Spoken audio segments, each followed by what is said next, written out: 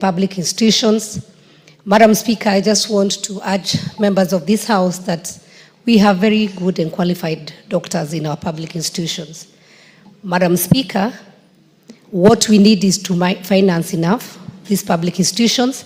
Let them know that any minute, a member of parliament, a police officer, a senior teacher, might be head of public service, can walk into these hospitals so that, Madam Speaker, we will have these hospitals well prepared. The amount of money we have from our insurance that is covered by the government and that is by the taxpayers' money, it is enough. As we even said that the government need to add more money, we may not even need to add more money, Madam Speaker, because from our insurance cover, that money can be plowed back. We'll have enough doctors, we will have enough staff members, nurses, we'll have clean facilities, Madam Speaker. And as one of the members said, Madam Speaker, about UHC, it's just about affordability. We're already giving money through SHA. It's about affordability and also accessibility. Madam Speaker, sometimes even when we say we have devolved health, you'll find that our people go, they're paid for SHA, you're told there is no medication, so you have to go and buy in a pharmacy. And you find that it's kind of a cartel, Madam Speaker, that even the public, some of the equipment in our public facilities where we are saying, yes, we may need more equipment, but they might be working, but they are sabotaged so that you can be sent to a nearest private facility to go for a CT scan, to go for an X-ray. And it is sad, Madam Speaker, and I would, because I've seen Honorable Nyikal here, I have two requests. One, I would like your committee to investigate on the amount of money that is being paid out by SHA. What is being paid to the public facilities, and I know we already have around 42% of our public facilities, and what is going to a private facility. Why would we pay around 100 million to a private, very small private hospital that is giving cancer treatment, and compared to what we are paying the entire Kenyatta University referral, Moi Teaching referral, Kisii level 5, even the Jaramogi Oginga, or the amount of money we are paying to Kenyatta National Hospital. Why would a small facility that only offer one service, and it's publicly known in Kenya, be paid millions of shillings from SHA? Honorable Nyikal, and allow me, Madam Speaker, through the Speaker, to address you. Last night, as a mother, I was very disturbed by a case I saw from Machakos, and I wish and I hope the women rep Machakos and the leaders from Machakos can follow that matter. And Honorable Nyikal, with your committee, kindly help that mother whose child was operated in a facility in Machakos. First, she was forced to pay 5,000. I watched 9 p.m. news yesterday, around 9:35 p.m. You can go back to your YouTube and see.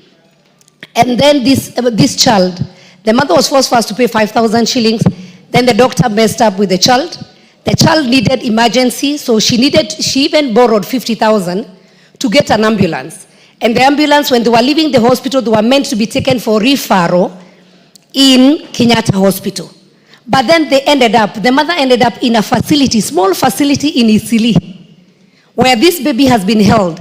And the mother, till now, cannot be able to access to see the condition of her child, who is in ICU, because she has been asked to pay 3 million Kenyan shillings. I saw that lady crying. Where can she get 3 million? Her child is being held in the funny facility in Isili. Why, Honorable Nyikal? Why would we have our citizens suffering when you have been forced to go and use a private facility because they need money?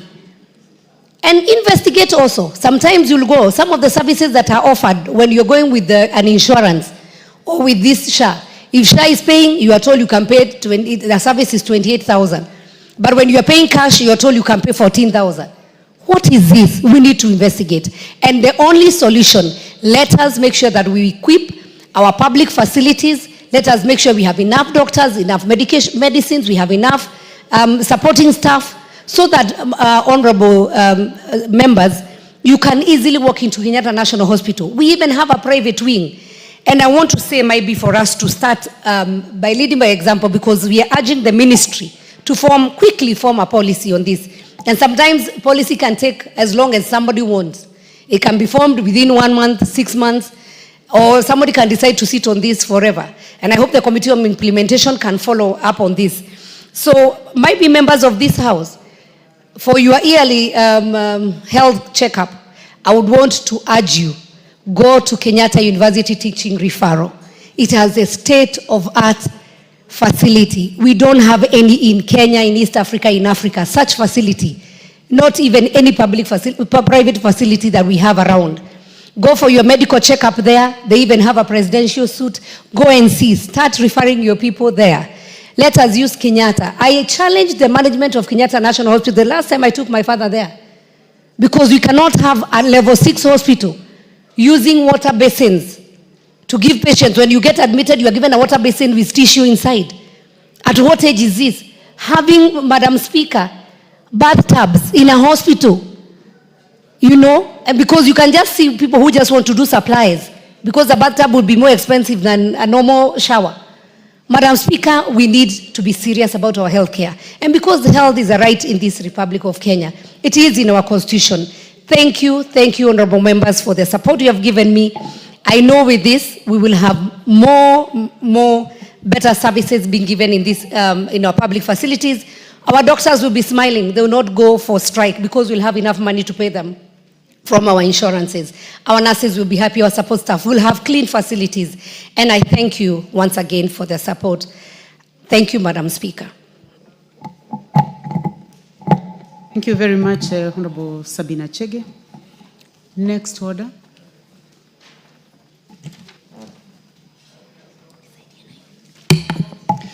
Order number 9, motion. Formulation of a land use policy on zoning of land for agriculture and built development.